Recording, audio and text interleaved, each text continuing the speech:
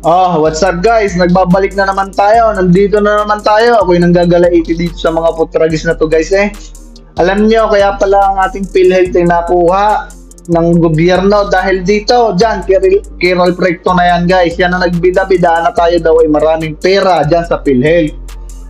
Sa dami guys na pwedeng gawin na programa para magastos yung pera sa PhilHealth, para sa mga private citizen na contributor para dyan sa PhilHealth na yan, sa budget ng PhilHealth na yan, 90 billion.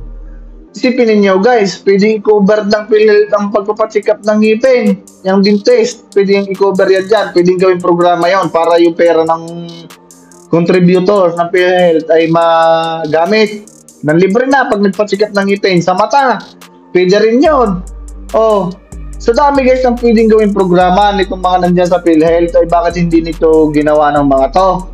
Naggaling-galingan kasi itong mga putragis na to at nagbida-bida dyan kay BBM na napakarami ng pera na pondo ng PhilHealth kaya ay nakuha. Kaya itong pagmumukha guys nito ni Rolf Recto, yan ang may dahilan kung bakit nakuha ang ating pera sa PhilHealth. Pangalawa, bakit itong mga nandyan, lalo na to si Abante at saka si Paduano, bakit hindi nyo imbestigan ang confidential fund nitong ating mahal na Pangulo? Pagkakalaki noon ay 4.6 billion. Oh, ay saan napunta yung pera na yon? Saan kaya yung ginamit? Wala naman tayong nakita na magandang programa nito.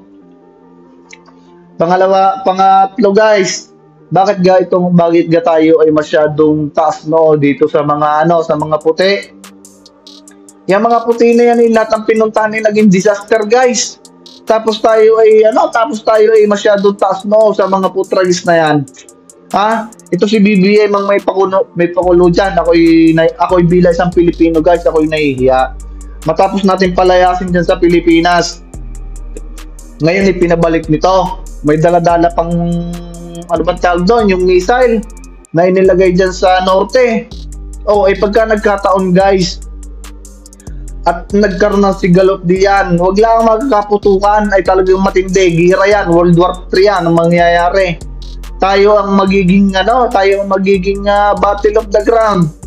Kung tayo ngayon ay hagyan ng may makain ng ating mga kababayan na naghihirap din, sigurado kung di tayo magdukol ng lupa at magtago sa ilalim ng lupa para lang makaiwas din sa magiging gera.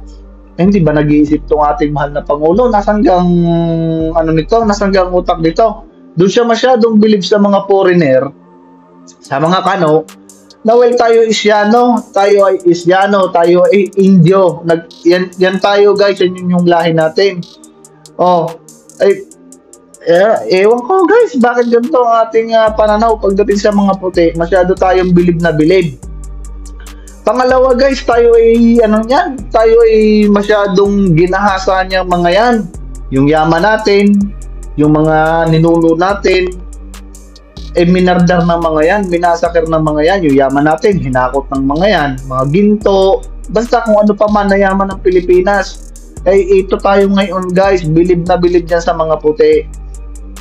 Hindi man lang nila lingunin yung nangyari sa ating mga ninuno, at kung talagang tayo may malasakit sa ating bansa, ay hindi natin nahayaan na ganyanin tayo ng mga puti. Akala nyo ba guys napakaganda ng ginawa ng mga yan sa atin?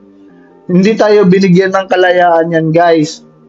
Tayo ay sinakop ng mga yan. Nung ang mga Espanyol ay umalis, tayo ang pumalit ay mga kano. Ibininta tayo ng mga Espanyol dyan sa mga puti, at sila naman ang nag-conquer sa atin. Ganon na nangyari. Sila naman ang nag-ransack ng yaman, ang natural resources ng ating bansa. Kaya nga nung naging Pangulo si Pangulong Duterte, alam niyo yung kampanang malaki, o di sinuli yun dahil naging si Pangulong Duterte. Historical yun sa ating bansa. Si Pangulong Duterte lang nakapagpauwi nun diyan sa atin sa Pilipinas. Ay iwan ko baga guys. Tayo din kasi ang may kasalanan kung bakit may ganyan tayo mga politiko. Dahil tayo ang nagluluktok. Tayo ang may kapangyarihan na maglagay sa kanila. Dapat tayo din ang may kapangyarihan para alisin yung mga yan. Pagka hindi maganda guys, ang ginagawa ay dapat yung inaalis.